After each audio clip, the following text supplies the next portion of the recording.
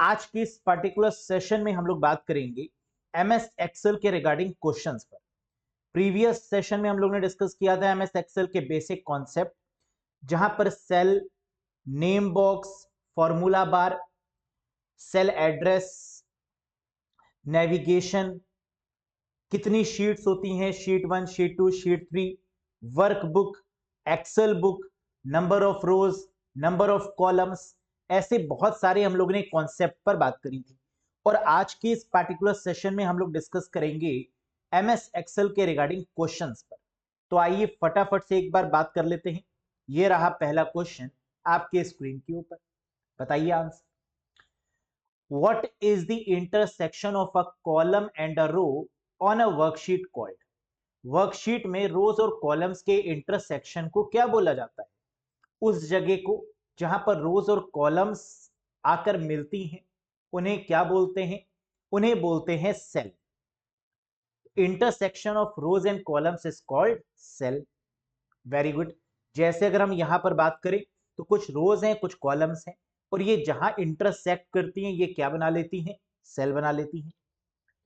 Which of the following is not a valid data type in Excel? इनमें से कौन सा वैलिड डेटा टाइप नहीं है एक्सेल में? डेटा टाइप का मतलब कि एक्सेल में क्या वैल्यूज को रख सकते हैं? बिल्कुल रख सकते हैं। क्या कैरेक्टर को रखा जा सकता है एक्सेल में? यहां पर जो इसका डेटा टाइप होता है वो कैरेक्टर नहीं होता, कैर होता है। CHAR, कैर। तो इसका मतलब कैरेक्टर इन गलत हो जाएगा, लेबल भी सही है और फॉर्मूला भी सही है। Next, which tool bar allows you to enter values and formula?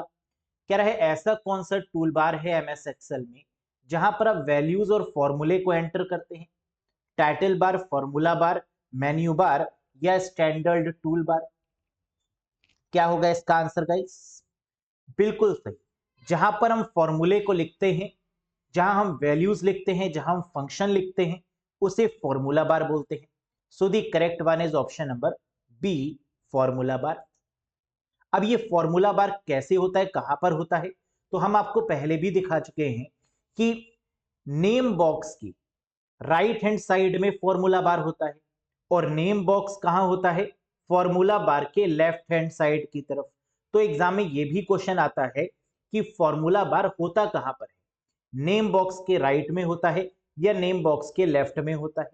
तो नेम बॉक्स के राइट में होगा फॉर्मूला बार, और फॉर्मूला बार के लेफ्ट में होगा name box. Very good. Select the correct option for sale address. कह रहा है इनमें से बताइए कौन सा सही सेल एड्रेस है? 1 2 3 4 चार ऑप्शन दिए हुए हैं। हम लोग जानते हैं सेल के एड्रेस को हमेशा कैसे रिप्रेजेंट करते हैं? पहले कॉलम फिर रो। कॉलम को अल्फाबेट और रो को नंबर्स, तो यानी A25 होगा करेक्ट आंसर। और आपने देखा भी था इस तरीके का क्वेश्चन एग्जाम में पूछा भी गया था। नेक्स्ट, तो ये जो है ये है आपका सेल का एड्रेस, और वो जगह जहां पर सेल का एड्रेस लिखा जाता है उसे बोलते हैं name box.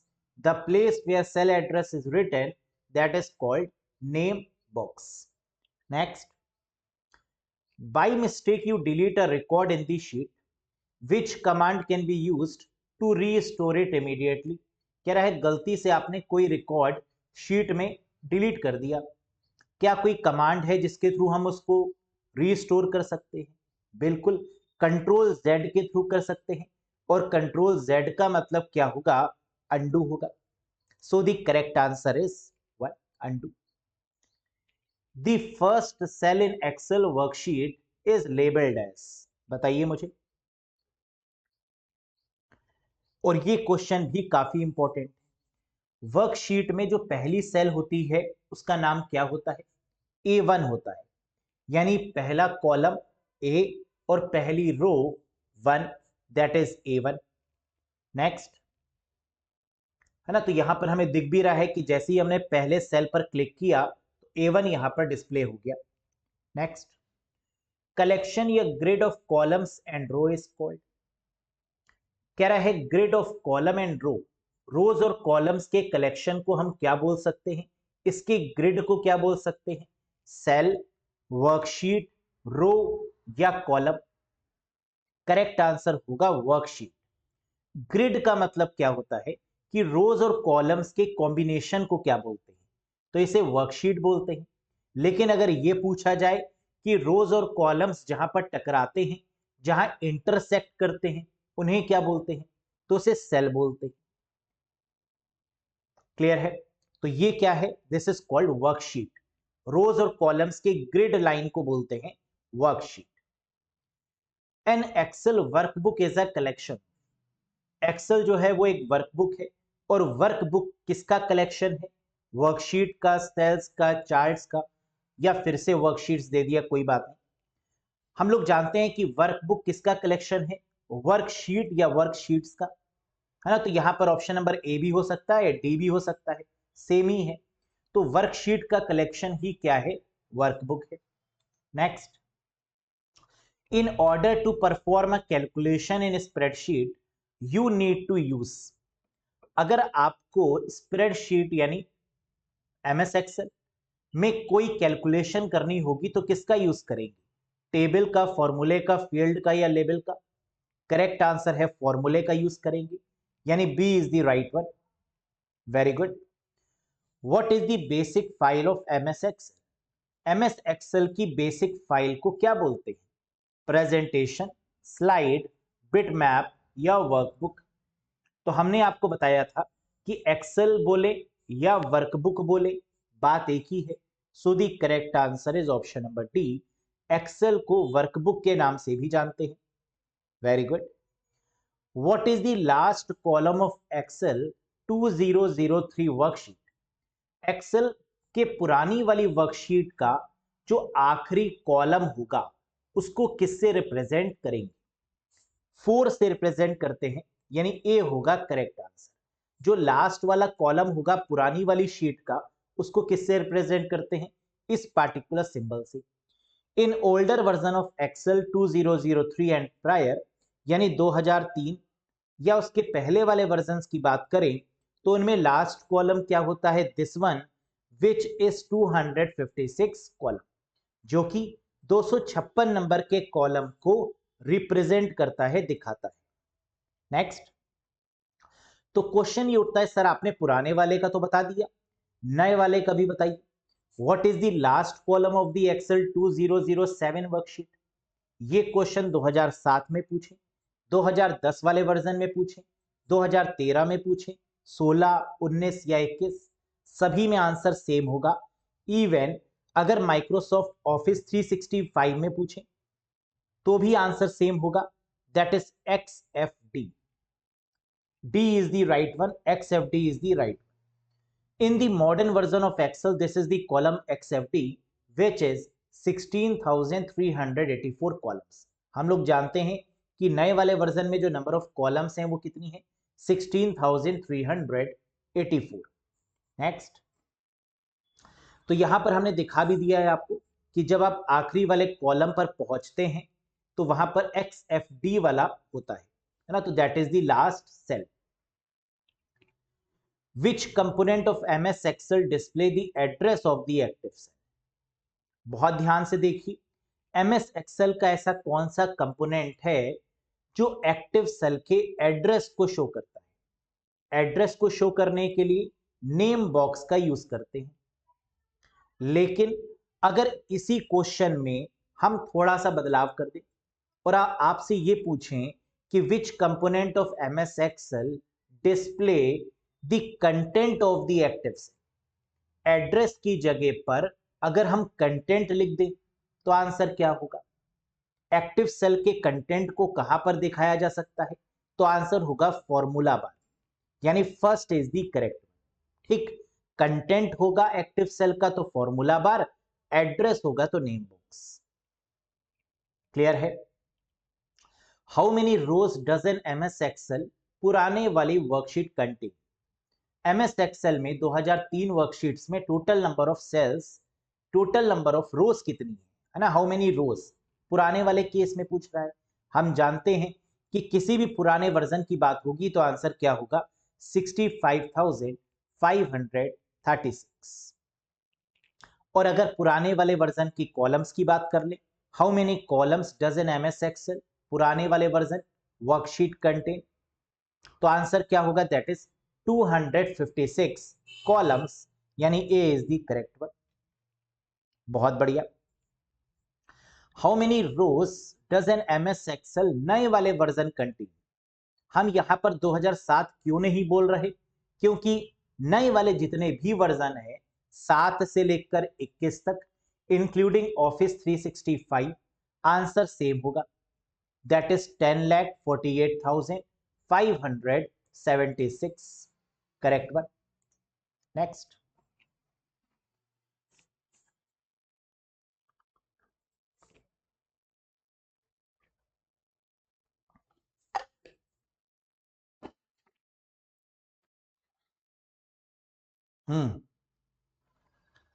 How many columns does an MS Excel नए वाले वर्जन वर्कशीट कंटेन, तो नए वाले वर्जन में कितने कॉलम्स हैं, 16,384 columns.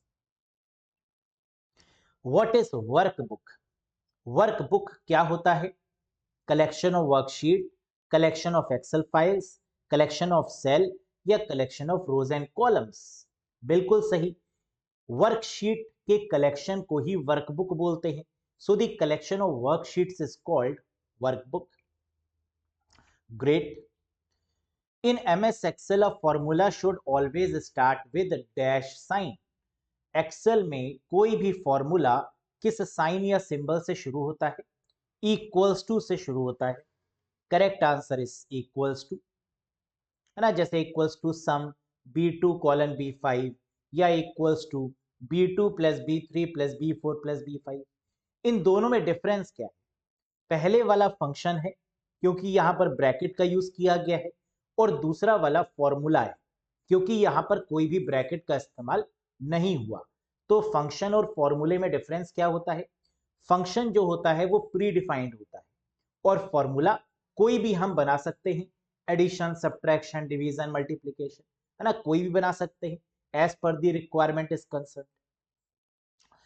How are columns in Excel worksheet labeled, columns कैसे लेबल होते हैं वर्कशीट में, Roman numbers, numbers, English alphabet, या सिंबल्स, तो कॉलम्स को अल्फाबेट से रिप्रेजेंट करते हैं, तो आंसर क्या होगा, ऑप्शन नंबर सी होगा, ABCD, है ना, यही तो कॉलम्स होते हैं, और सबसे पहले सेल में हम जिसको मेंशन करते हैं, है ना, वो भी कॉलम ही होती है। सेम, तो कॉलम्स को किससे रिप्रेजेंट किया गया है, ABCD से। How are rows in Excel worksheet labeled, तो रोज को किससे रिप्रेजेंट करते हैं, किससे प्रेजेंट करते हैं, तो आंसर है नंबर्स के थ्रू, करेक्ट आंसर होगा नंबर्स। तो देखिए कॉन्सेप्ट पढ़ लेने के बाद में अब जब आप आंसर करते हैं तो आपको क्वेश्चन आपने पढ़ा, आंसर आपको ढूंढना पड़ता है कि नंबर्स कहां पर लिखा है।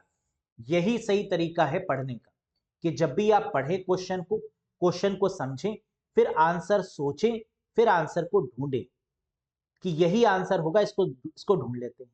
ऐसे नहीं करना है कि पहले क्वेश्चन पढ़ा, फिर ऑप्शंस को ढूंढने ये कहा कि अच्छा ये भी हो सकता है, नहीं ये नहीं, ये हो सकता है, नहीं ये नहीं, है ना, ये ऐसे नहीं करना है। क्वेश्चन पढ़ेंगे, सोचेंगे आंसर, आंसर को ढूंढ लेंगे और टिक लगा देंगे, that's it. What is the extension of MS Excel file, MS Excel file का एक्सटेंशन क्या होगा, .xls होगा पुराने केस में, नए वाले केस में .xlsx होगा। What is the worksheet which is currently in used called, वो वर्कशीट जिस पर अभी हम काम कर रहे हैं, जो करेंटली यूज में है, उसे क्या बोलते हैं, एक्टिव वर्कशीट बोलते हैं। So the worksheet which is currently in used is called active worksheet. वो सेल जिस पर हम अभी काम कर रहे हैं वो एक्टिव सेल होगा। इसका मतलब कि अगर क्वेश्चन में व्हाट इज दी सेल लिखा होता विच इज करेंटली इन यूज्ड, तो आंसर हो जाता है एक्टिव सेल। लेकिन यहां पर क्या कह रहा है, जिस शीट पर अभी हम काम कर रहे हैं वो शीट कैसी होगी, एक्टिव होगी। Very good. Microsoft Excel is a dash program, Microsoft Excel कैसा प्रोग्राम है, एनिमेशन ना, वर्ड प्रोसेसर ये भी नहीं, स्प्रेडशीट बिल्कुल सही। एक्सेल कैसा है, रोज एंड कॉलम्स के फॉर्म में स्प्रेडशीट प्रोग्राम है। Identify the keyboard shortcut to navigate between different worksheets. हम जानते हैं कि कई सारी वर्कशीट्स को ओपन किया जा सकता है ना, there are so many options to open the worksheet. तो क्वेश्चन यहां पर ये पूछ रहा है कि नेविगेट बिटवीन डिफरेंट वर्कशीट्स, अलग अलग वर्कशीट्स पर नेविगेट होने की जो शॉर्टकट की है वो है कंट्रोल के साथ पेज अप। जब कंट्रोल दबा के पेज अप दबाते हैं तो हम शीट 1 से शीट 2 में, शीट 2 से शीट 3 में स्विच कर सकते हैं। Which of these is or are the data type of MS Excel. कह रहा है इनमें से एमएस एक्सेल का डेटा टाइप कौन सा है। क्या नंबर्स है? बिल्कुल है। टेक्स्ट भी है और फॉर्मूला भी है। तो ये तीनों आपके क्या हो गए गाइस? डेटा टाइप हो गए। Next, what does a spreadsheet contain. कह रहा है स्प्रेडशीट जो कि रोज एंड कॉलम्स के फॉर्म में होती है, इसमें क्या क्या होता है? Columns yes, rows yes, cells भी होती हैं। तो आंसर होगा all of this. Next, what is the smallest unit of worksheet in Excel. Excel में सबसे छोटी यूनिट क्या होती है? सेल होती है, क्योंकि एक्सेल शीट सेल से ही मिलके बनी होती है। तो सबसे छोटी यूनिट क्या होगी guys? Cell. How many sheets does an Excel window display by default. कह रहा है एक्सेल में बाय डिफॉल्ट कितनी शीट्स होती है? 3 या 1। हम जानते हैं इसका आंसर 2 ही हो सकता है, या तो आंसर 3 होगा या तो आंसर 1 होगा। तो यहां पर हम करेक्ट किसके साथ में जाएंगे? 3 के साथ। क्यों? क्योंकि ज्यादातर केस में अगर वर्जन मेंशन ना हो तो हम पुराने वाले वर्जन को ही सपोर्ट कर रहे होंगे, है ना। That's why the answer is 3 not 1। लेकिन अगर क्वेश्चन में ऐसा दिया होगा कि 2016, 2019, 2021 या फिर ऑफिस 365 में बाय डिफॉल्ट कितनी शीट्स हैं, तो हम लगाएंगे 1। पुराने वाले वर्जन की बात करें, है ना, 2016 से पहले वाले वर्जन की बात करें या 2013 तक वाले बात करें, तो इस केस में क्या हो जाएगा? That is 3। Right. Which of the following components display the content of active cell. Active cell का कंटेंट कहां दिखता है? यहां है कहानी में ट्विस्ट। इसी क्वेश्चन में कैंडिडेट लड़खड़ा जाते हैं, लेकिन आप बिल्कुल भी परेशान नहीं होंगे, क्योंकि आप जानते हैं कि कंटेंट की बात होगी तो आंसर फॉर्मूला बार होगा, और अगर एड्रेस की बात होगी तो आंसर नेम बॉक्स होगा। यस। तो हमने नीचे लिख भी दिया यहां पर, which component of MS Excel display the address of the active cell. Answer is name box. V lookup function is used to. हम लोग ने प्रीवियस सेशन में डिस्कस किया था कि वी लुकअप का मतलब होता है वर्टिकल लुकअप, एच लुकअप का मतलब होता है हॉरिजेंटल लुकअप, और वी लुकअप और हॉरिजेंटल लुकअप की मदद से हम रिलेटेड रिकॉर्ड्स को फाइंड करते हैं। So the correct answer is to find the related records. Next बताइए।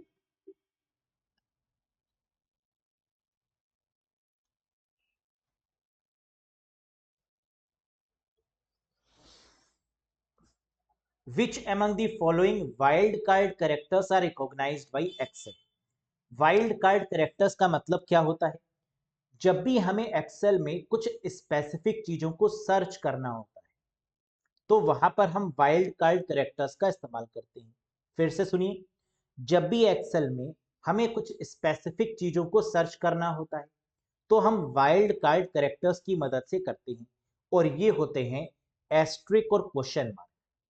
दो होते हैं वाइल्ड कार्ड कैरेक्टर्स, पहला एस्ट्रिक और दूसरा question mark. Choose from the following which is not the correct method of editing the cell content. बहुत बहुत बहुत इंपॉर्टेंट क्वेश्चन है। कह रहा है एक्सेल शीट में सेल में लिखे हुए कंटेंट को एडिट करने का कौन सा तरीका नहीं है? प्रेस दी ऑल्ट की, प्रेस दी F2 की, डबल क्लिक दी सेल, या click the formula bar. F2 की मदद से हम किसी भी सेल के कंटेंट को एडिट कर सकते हैं, सही है। डबल क्लिक करके सेल पर भी कर सकते हैं, लेकिन फॉर्मूला बार के थ्रू भी कर सकते हैं, है ना। फॉर्मूला बार पे गए, वहां पर जाकर एडिटिंग कर दी। लेकिन पहले वाले ऑप्शन के थ्रू नहीं पॉसिबल। ऑल्ट की का इसमें कोई भी योगदान नहीं होगा।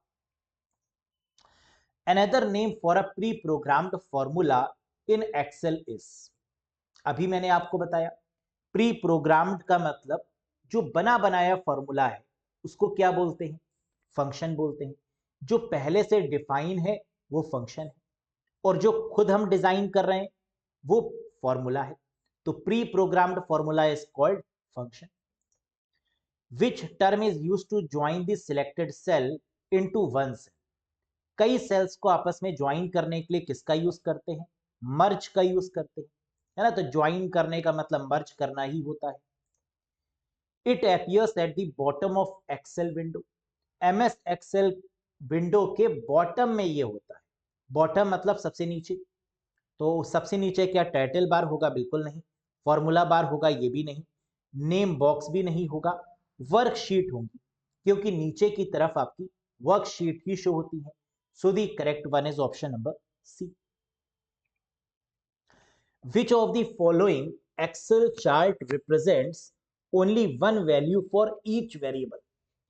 कह रहा है इनमें से कौन सा एक्सेल चार्ट है जो रिप्रेजेंट करता है हर एक वेरिएबल की एक वैल्यू।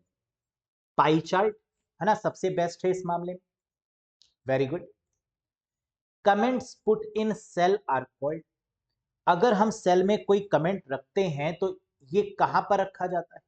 तो मैंने आपको बताया था कि कभी भी क्वेश्चन में कमेंट हो तो आंसर सेल टिप होगा, और अगर क्वेश्चन में सेल टिप हो जाए तो आंसर कमेंट हो जाएगा। Next, getting data from a cell located at different sheet is called, very very very important. कह रहा है कि getting data from a cell located at different sheet, अलग अलग शीट से डेटा को उठाकर अपनी शीट में लाकर रखना, ये रेफरेंसिंग कहलाता है। वैसे रेफरेंसिंग का मतलब होता क्या है, जैसे हमने कहा A1, A1 क्या है, ये सेल रेफरेंसिंग है, क्योंकि ये सेल के रेफरेंस को बता रहा है कि A क्या है कॉलम, 1 क्या है रो, ये सेल रेफरेंसिंग है। और अगर हम किसी दूसरी शीट में से डेटा को लेकर आते हैं तो वो भी उसके एड्रेस को शो करता है, जिसको एक तरीके से हम सेल रेफरेंसिंग बोलते हैं। रेफरेंस का मतलब क्या होता है, इसको नॉर्मल सेंस में समझते हैं एक बार। रेफरेंस क्या होता है, जैसे आपसे किसी ने पूछा कि हमें बता दीजिए कि कंप्यूटर का बेस्ट टीचर कौन है ना। आपने कहा सचिन अरोड़ा सर से पढ़ लीजिए, बढ़िया पढ़ाते हैं। तो आपने क्या किया, मेरा रेफरेंस दे दिया। या आपसे किसी ने पूछा कि फला फला सब्जेक्ट के फला फला टीचर का बताइए क्या वो अच्छा पढ़ाते हैं, तो आपने कहा हाँ बढ़िया है। तो आपने क्या किया, रेफरेंस दिया। तो रेफरेंस का मतलब कि आपने दूसरे के वर्क को उसके सामने एक्सप्रेस किया, उठा के रखा, है ना, यही तो रेफरेंसिंग है। तो यही कह रहा है getting data from a cell located in a different sheet is called referencing. Next, which of the following is the oldest spreadsheet package, सबसे ओल्डेस्ट पूछें या सबसे पहला पूछें, है ना, इंपॉर्टेंट क्वेश्चन है। ओल्डेस्ट मतलब पुराना, फर्स्ट मतलब भी पुराना, इन दोनों ही केस में आंसर होगा VisiCalc, VISICALC। Next, which of the following formula will Excel not be able to calculate, कह रहा है इनमें से कौन सा फॉर्मूला गलत है। सेकंड वाला सही है, थर्ड भी सही है, फोर्थ भी सही है, लेकिन फर्स्ट वाले में अगर आप देखें तो सम फंक्शन के अंदर सेल्स लिख दिया गया है, जो कि गलत है।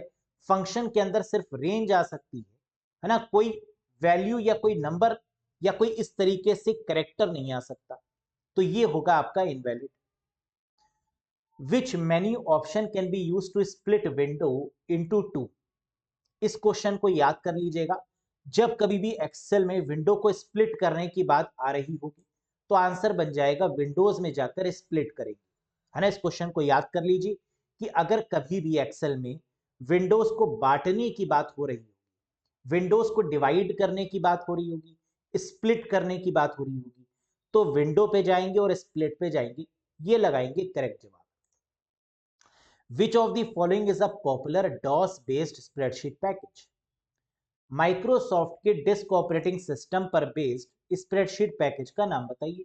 बहुत आसान, that is Lotus 123। D is the right one, बिल्कुल सही।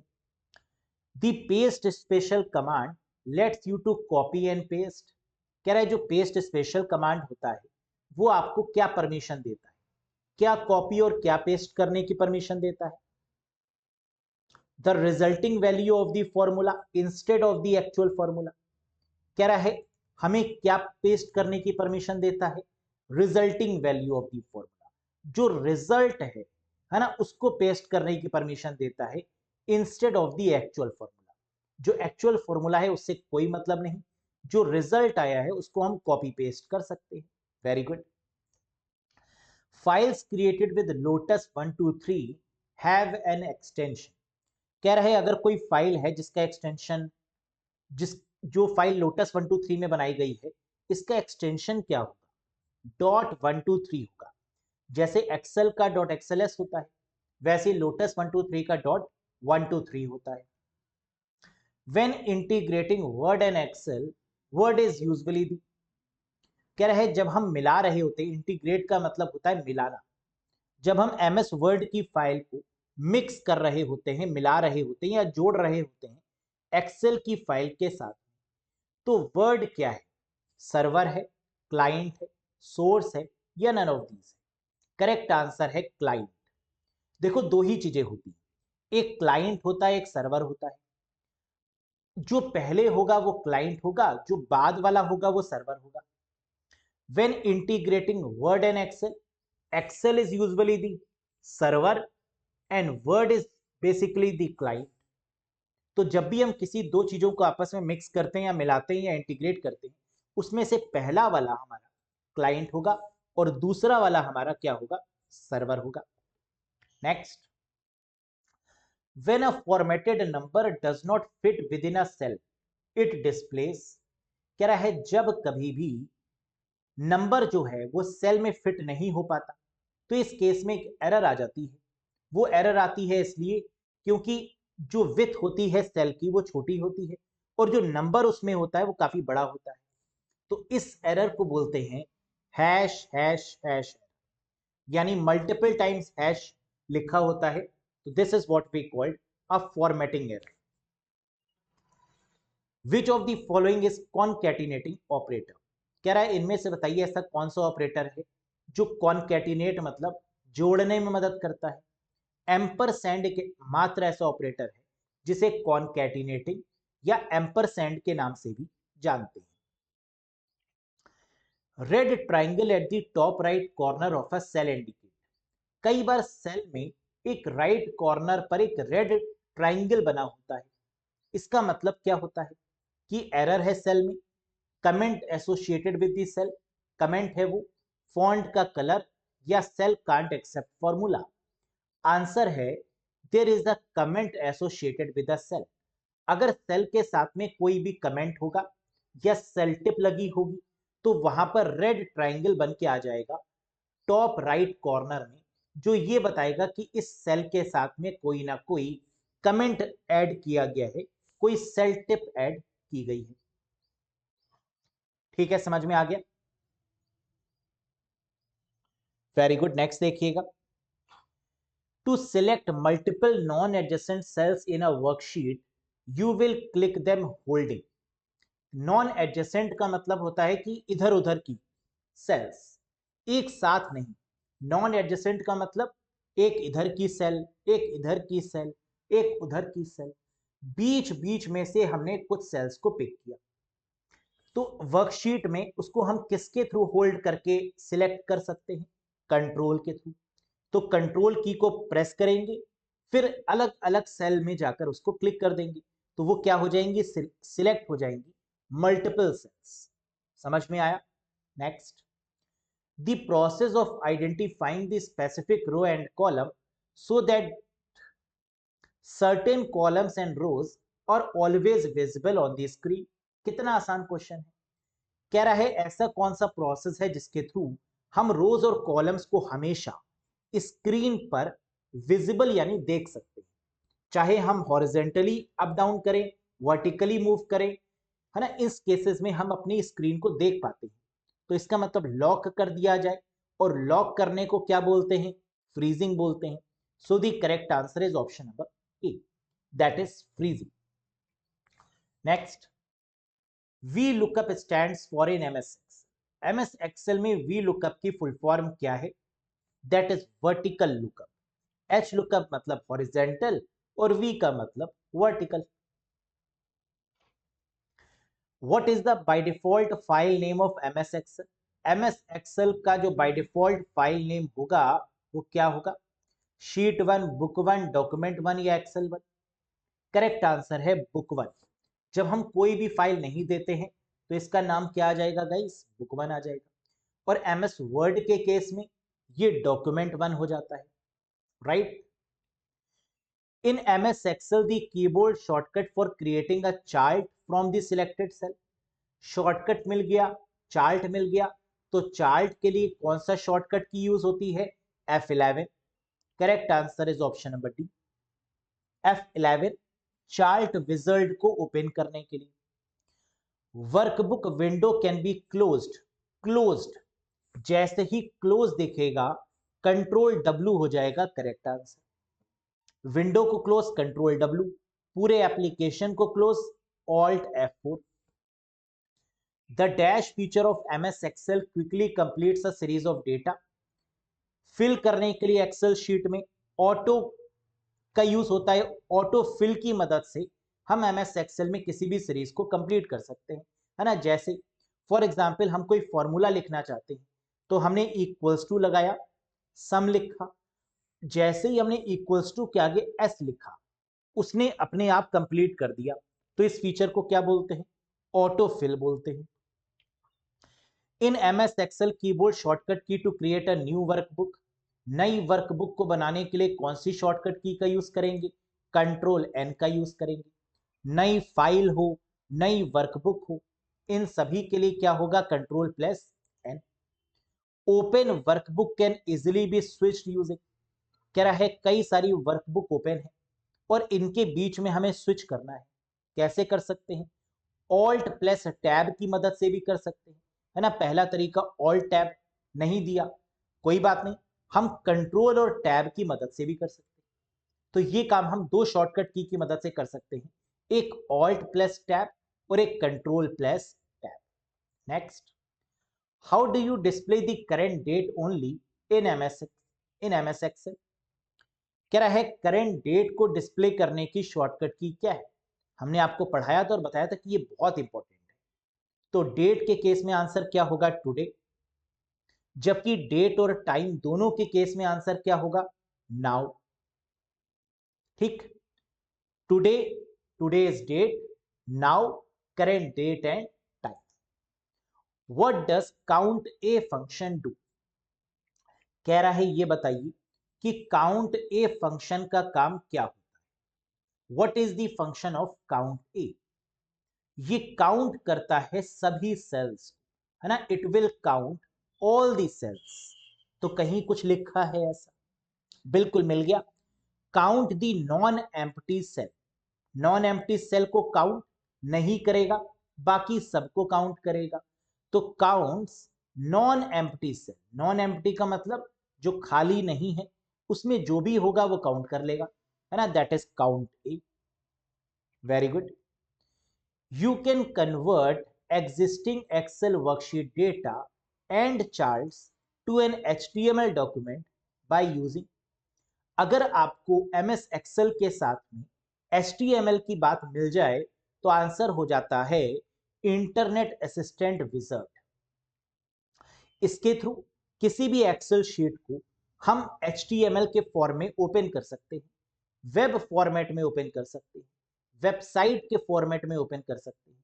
तो एक्सेल शीट को वेब फॉर्मेट में ओपन करना, that is called internet assistant wizard. यहां तक क्लियर है? कोई डाउट गाइस?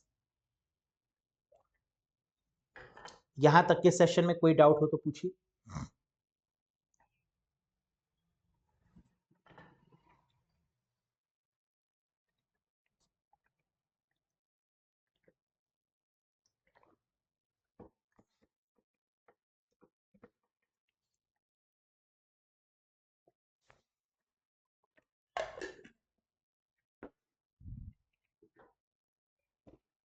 चलिए, अब इसके बाद हम लोग बात करेंगे सेल रेफरेंसिंग पर। एक्सेल शीट में सेल रेफरेंसिंग क्या होता है? अभी मैंने आपको बताया, सिंपल सेल रेफरेंसिंग का मतलब, अगर हम किसी एड्रेस की बात कर रहे हैं, हम बात कर रहे हैं A1 की, A2 की, A3 की, B1 की, B2 की, B3 की, तो यहां पर हम रोज और कॉलम्स को एक साथ इंडिकेट कर रहे हैं और इसी को बोलते हैं सेल रेफरेंस। या फिर जब आप सेल एड्रेस को एक्सेल के किसी फंक्शन में प्रयोग करते हैं, तब उस सेल एड्रेस को फंक्शन का सेल रेफरेंस बोलते हैं। इसका मतलब सेल एड्रेस को ही सेल रेफरेंसिंग बोला जाता है ना। नॉर्मल अगर हम देखें, इन शॉर्ट अगर इसको हम निकालने की कोशिश करें, तो हम यही तो कह रहे हैं। तब उस सेल एड्रेस को उस फंक्शन का सेल रेफरेंस बोलते हैं। तो सेल एड्रेस क्या होता है? जो नेम बॉक्स में दिखाई देता है, यानी A1 सेल एड्रेस हो गया, तो A1 हमारा सेल रेफरेंसिंग भी हो गया। ऐसा क्यों? क्योंकि वो सेल के रो को भी शो कर रहा है और सेल के कॉलम को भी शो कर रहा है। लेकिन सर, पहले कॉलम को करेगा ना, फिर रो को करेगा। Very good. तो इसका मतलब सेल रेफरेंसिंग का मतलब सेल एड्रेस से ही निकालते हैं, है ना, पहली बात। ठीक समझ में आई ये बात? अब हमने एक एग्जाम्पल के थ्रू एक चीज समझाने की कोशिश करी है, समझो जरा। कह रहा है यहां पर सम फंक्शन में cell reference A2 colon B6 है। बिल्कुल सही है, क्योंकि हमें सम लेना है A2 से B6 तक। तो जितनी भी चीजों का हमें सम लेना है, उसको हम क्या बोलेंगे? सेल रेफरेंस बोलेंगे। तो यहां पर सम फंक्शन का सेल रेफरेंस A2 कॉलन से लेकर, A2 सेल से लेकर B6 तक सब सेल रेफरेंसिंग है। जो सम फंक्शन को यह निर्देश देता है कि आपको A2 से लेकर B6 रेंज तक सभी सेल को आपस में जोड़ना है। एक चीज बताइए, क्या A2 सेल रेफरेंसिंग है? बिल्कुल है। क्या B6 सेल रेफरेंसिंग है? बिल्कुल है, क्योंकि A2 क्या है? सेल का एड्रेस, और B6 क्या है? सेल का एड्रेस। तो A2 से लेकर B6 तक जो वैल्यू हम जोड़ेंगे, क्या वो भी सेल रेफरेंसिंग होगी? बिल्कुल सेल रेफरेंसिंग होगी, क्योंकि हम एक साथ ये आदेश दे रहे हैं कि यहां से लेकर यहां तक क्या करो? जोड़ दो, है ना। जैसे अगर यहां पर आदित्य शंकर ओझा, है ना, ये एक स्टूडेंट है, शिवी शर्मा ये एक स्टूडेंट है, मोहिंदर सिंह राणा ये एक स्टूडेंट है, तो क्या हम ये भी कह सकते हैं कि आप सभी स्टूडेंट्स हैं? हम इंडिविजुअल नाम ना लेकर क्या हम ये कह सकते हैं कि आप सभी कैंडिडेट्स? बोल सकते हैं ना। यानी हमने क्या किया, इंडिविजुअल नाम ना लेकर हमने इसके रेफरेंस को यूज किया और आप सबको एक साथ इंडिकेट किया, है ना। यही बात यहां भी हो रही है। Very good. लेकिन क्वेश्चन ये उठता है कि एग्जाम में सेल रेफरेंसिंग से क्या पूछा जा सकता है। एक तो प्रीवियस ईयर में आपने देखा कि A1 क्या है? ये सेल रेफरेंसिंग है ना। डायरेक्ट क्वेश्चन पूछ लिया था, बहुत आसान सा। एग्जाम में यह भी पूछा जा सकता है कि सेल रेफरेंसिंग कितने तरीके की होती है। तो आप क्या कहेंगे? जय श्री राम।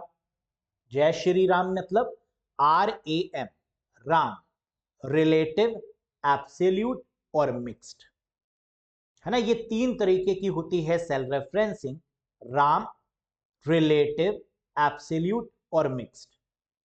इन तीनों में क्या डिफरेंस है? सेल रेफरेंसिंग में हम करते क्या है?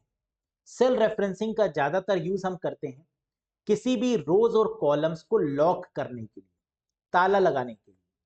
और यहां पर हम लोग सेल रेफरेंसिंग के लिए डॉलर सिंबल का यूज करते हैं। किसका यूज करते हैं? डॉलर सिंबल का। लेकिन रिलेटिव सेल रेफरेंसिंग में हम किसी भी डॉलर सिंबल का यूज नहीं करते, क्योंकि रिलेटिव सेल रेफरेंस वो है जिसमें ना तो हम रोज को, ना ही हम कॉलम्स को लॉक करते हैं।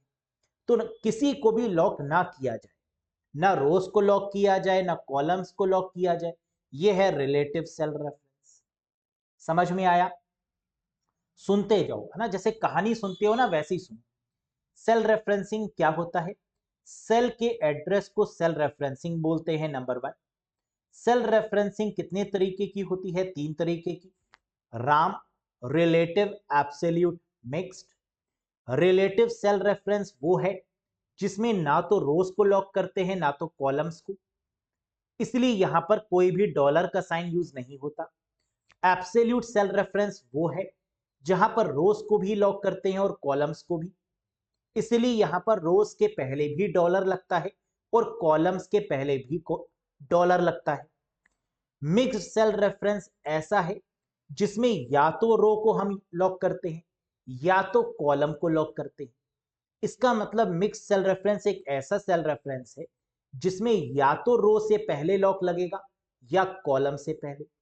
एब्सोल्यूट में दोनों से पहले डॉलर का साइन यूज होगा, मिक्स्ड में या तो रो से पहले या कॉलम से पहले डॉलर का साइन यूज होगा, इसे बोलेंगे मिक्स्ड।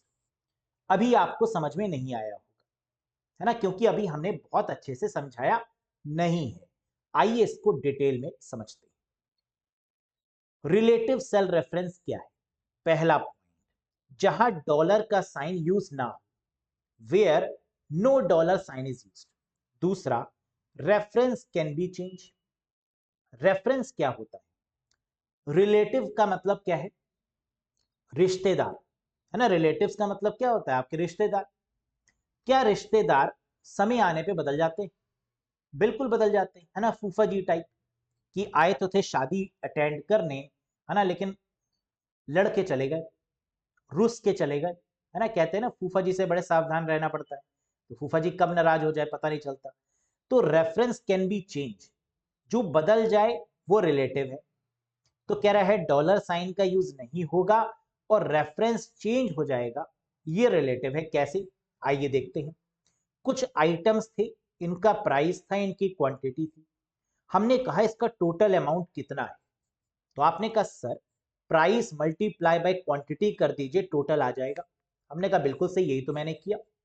ऊपर मैंने एक फॉर्मूला लगा दिया कि बी वाली B3 और C3 को क्या करे, मल्टीप्लाई करे, तो आंसर आ गया 225। और जब इसको हमने नीचे ड्रैग कर दिया तो सभी सेल में ये मल्टीप्लाई वाला जो हमने फॉर्मूला लगाया था वो नीचे आ गया, एक में लगाया और सब में आया। तो रेफरेंस कैन बी चेंज, हर एक की वैल्यू आप देखिए बदल गई यहां पर, लेकिन हमने फॉर्मूला तो एक बार लगाया, बाकी में ड्रैग कर लिया, तो आप देखेंगे कि एक ही बार फॉर्मूला लगाने पर सभी सेल में ऑटोमेटिक मल्टीप्लाई हो गया। यही है रिलेटिव सेल रेफरेंस। ज्यादा नहीं, आपको सिर्फ दो ही बातें याद रखनी है, एक डॉलर साइन का यूज नहीं होगा और दूसरा रेफरेंस कैन बी चेंज, जो बदल जाए वो रिश्तेदार। आइए, तो रिलेटिव सेल रेफरेंस क्या है? एक सेल में फॉर्मूले को दूसरे सेल में कॉपी करने पर, एक सेल में फॉर्मूले को दूसरे सेल में कॉपी करने पर रो तथा कॉलम की रिलेटिव स्थिति के आधार पर बदलती है, तो उसे रिलेटिव सेल रेफरेंस कहा जाता है। यानी अगर हमने कॉपी कर लिया उसके फॉर्मूले को तो वो उसके रिस्पेक्टिव टर्म्स में बदल जाएगा, है ना। That is called relative cell reference. Absolute क्या है? Dollar sign is used before rows and columns, जहां रो और कॉलम दोनों के साथ में डॉलर साइन का यूज होगा वो है एब्सोल्यूट। जैसे सपोज करिए A1 है तो हम इसको लिखेंगे $A$1, ये एब्सोल्यूट हो गया। Reference can not be change, यहां पर रेफरेंस बदलता नहीं, क्योंकि जो बदल जाए वो रिश्तेदार, और रिश्तेदार मतलब रिलेटिव। समझ में आया? एब्सोल्यूट सेल रेफरेंस होता क्या, एक बार पढ़ लेते हैं। ठीक रिलेटिव सेल रेफरेंस के विपरीत, एक सेल के फॉर्मूले को दूसरे सेल में कॉपी करने पर रो तथा कॉलम की रिलेटिव स्थिति के आधार पर नहीं बदलती। जब हम कॉपी कर लेते हैं फॉर्मूले को तो वो नहीं बदलती। क्यों नहीं बदलती भाई? क्योंकि हमने रो और कॉलम को फिक्स कर दिया है उस पार्टिकुलर सेल के लिए, तो अब वो उसी रिस्पेक्ट में काम करेगी जहां पर उसका यूज किया जा रहा होगा। ठीक रिलेटिव सेल रेफरेंस के विपरीत, एक सेल के फॉर्मूले को दूसरे सेल में कॉपी करने पर रो तथा कॉलम की रिलेटिव स्थिति के आधार पर नहीं बदलती, उसे एब्सोल्यूट सेल रेफरेंस कहा जाता है। यानी इस स्थिति में रो तथा कॉलम लॉक हो जाती हैं। तो रो और कॉलम्स दोनों को लॉक करने के लिए एब्सोल्यूट सेल रेफरेंस है। तीसरा mix cell reference. Mix cell reference का मतलब क्या है? जहां पर या तो रो को लॉक करेंगे या कॉलम को लॉक करेंगे। Dollar sign is used either with row और विद कॉलम। डॉलर साइन का प्रयोग या तो रो से पहले या कॉलम से पहले होगा। Number one, dollar sign shows that row और column reference can not be change. यहां पर भी रेफरेंस नहीं बदलेगा। इसका मतलब रिलेटिव सेल रेफरेंस में क्या हो रहा है? यहां पर बदल रहा है रेफरेंस, क्योंकि रिश्तेदार हैं, बदल जाते हैं। एब्सोल्यूट में रेफरेंस नहीं बदल रहा, मिक्स्ड में भी रेफरेंस नहीं बदल रहा, रिलेटिव में कोई भी डॉलर साइन का यूज नहीं हो रहा, एब्सोल्यूट में रो और कॉलम दोनों से पहले डॉलर साइन का यूज हो रहा है, जो रोज को और कॉलम को फिक्स कर रहा है, लॉक कर रहा है। और मिक्स्ड सेल रेफरेंस के केस में क्या हो रहा है? या तो रो या तो कॉलम के आगे डॉलर का साइन हो रहा है ना, या तो रो या तो कॉलम। और यहां पर भी रिश्तेदार क्या हो रहे? नहीं बदल रहे, तो reference can not be change. ठीक है, एक बार हिंदी में पढ़ लेते हैं मिक्स्ड को। जब फॉर्मूले को कॉपी करते हैं तो कॉलम फिक्स्ड हो जाता है, जबकि रो बदल जाती है। बिल्कुल सही बात है, या तो रो को फिक्स कर रहे हैं या तो कॉलम को। तो कह रहा है जब फॉर्मूले को कॉपी करते हैं तो कॉलम फिक्स्ड हो जाती है जबकि रो बदल जाती है। जब फॉर्मूले को कॉपी करते हैं तो रो फिक्स्ड होती है और कॉलम बदल जाता है ना, ठीक उसका उल्टा। तो ये होता है आपका मिक्स्ड सेल रेफरेंस। मुझे पूरी उम्मीद है कि यहां पर आपको कुछ बातें तो समझ में आ गई होंगी, लेकिन कुछ बातें आपके सिर के ऊपर से उड़ गई होंगी, है ना। जिसने इस चीज को थोड़ा मगअप कर लिया होगा उसको तो समझ में आ गया होगा, लेकिन जो बहुत ज्यादा समझने की कोशिश कर रहा होगा उसको लग रहा होगा अरे यार बड़ा टफ सा है। होने तो हमें क्या करना, हमारा मकसद तो सिर्फ एक है कि एग्जाम में क्वेश्चन आए और उसके आंसर को हम कर पाए। आइए देखते हैं कि आपने पीएचडी कर ली या नहीं, है ना, सेल रेफरेंसिंग में। In Excel which of the following is an absolute cell reference. कह रहा है एक्सेल में इनमें से एब्सोल्यूट सेल रेफरेंस क्या है? सर ने बताया था राम, रिलेटिव, एब्सोल्यूट और मिक्स्ड। एब्सोल्यूट में सर ने बताया था कि रो और कॉलम दोनों से पहले डॉलर होगा। कौन सा है? Dollar A dollar one, fit है बॉस, है ना, ये हो गया correct answer. Next, very good. In Excel, cell reference for a range of cell that starts in cell B1 and goes over to column G and down to row 10 is कुछ नहीं, question को बड़ा करके दिखाने की साजिश है। हम जानते हैं कि रेंज को हमेशा कॉलन से रिप्रेजेंट करते हैं। कह रहा है B1 कॉलन G10, है ना, यही तो कह रहा है, रेंज मतलब कॉलन। तो B1 से लेकर G10 की रेंज तक सिलेक्ट करो, ये बातें कह रहा है ना। और क्वेश्चन को इतना लंबा खींच देते हैं पकड़ के, बड़ी नाइंसाफी, बड़ी नाइंसाफी। Which of the following is an example of mixed cell reference. इनमें से मिक्स्ड सेल रेफरेंस का एग्जाम्पल क्या है? तो मिक्स्ड मतलब थर्ड वाला। सर ने बताया था कि या तो रो से पहले या तो कॉलम से पहले डॉलर का साइन लगेगा। इसका मतलब एक डॉलर का साइन होगा, वो या तो रो से पहले होगा या कॉलम से पहले। तो सेकंड वाला ऑप्शन हमें मिल गया। क्यों? क्योंकि यहां पर रो से पहले डॉलर का साइन कर दिया गया। $9 या $A9 भी हो सकता था, है ना, तब भी सही होता। $A9 होता तब भी सही होता, या $9 है तब भी सही है ना, that is mixed. Very good. Which of the following is an example of absolute cell reference? Sir फिर से एब्सोल्यूट आ गया, इसका मतलब दो बार डॉलर, दो बार डॉलर मतलब थर्ड वन, यानी लगा दो answer. Next, in the formula which symbol specify the fixed column और रो। फिक्स्ड रो और फिक्स्ड कॉलम के लिए कौन से सिंबल का यूज करते हैं? सेल रेफरेंसिंग का। और सेल रेफरेंसिंग में किसका यूज करते हैं? डॉलर का। आंसर होगा डॉलर। क्लियर है?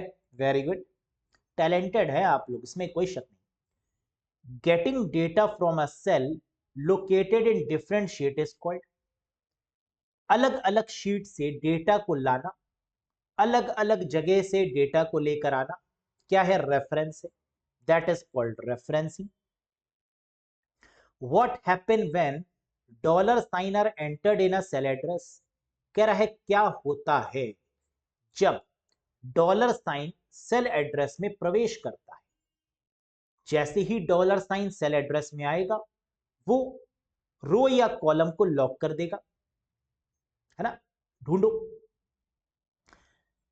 N absolute cell address is created, एक एब्सोल्यूट सेल एड्रेस क्या होगा? क्रिएट हो जाएगा। बिल्कुल सही, देखो, है ना? ऑप्शन में देखो, $B $10, $B $2, इसका मतलब रो और कॉलम दोनों के पहले लगा हुआ है, तो रो और कॉलम दोनों के पहले मतलब एब्सोल्यूट, है ना? That is the correct one.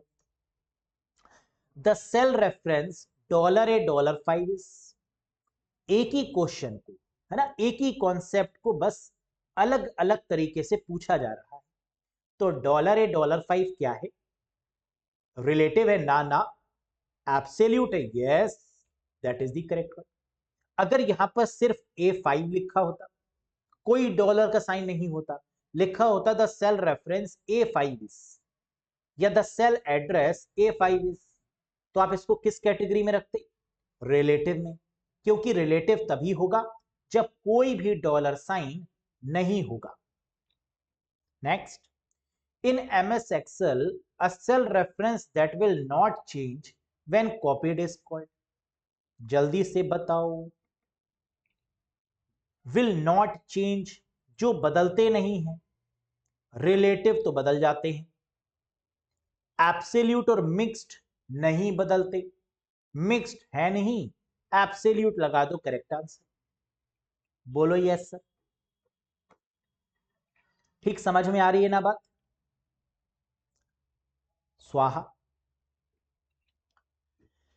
तो इसी के साथ सेल रेफरेंसिंग क्या होती है एक्सेल शीट में, इसके आप मास्टर बन चुके हैं। क्या बन चुके हैं? इसके मास्टर। तो कहीं भी सेल रेफरेंसिंग से कोई भी क्वेश्चन आएगा आप कर लेंगे। ठीक, तो आज के सेशन को यहीं तक रोकते हैं, कल फिर आगे बढ़ाते हैं और डिस्कस करते हैं कुछ floor based function excel sheet में, सील बेस्ड फंक्शन ना, और भी कुछ छोटी छोटी मगर मोटी बातें। तो bye bye guys, take care, revision करते रहिएगा, तभी कंप्यूटर में बढ़िया मार्क्स स्कोर कर पाएंगे आप लोग। ठीक है, बाय बाय।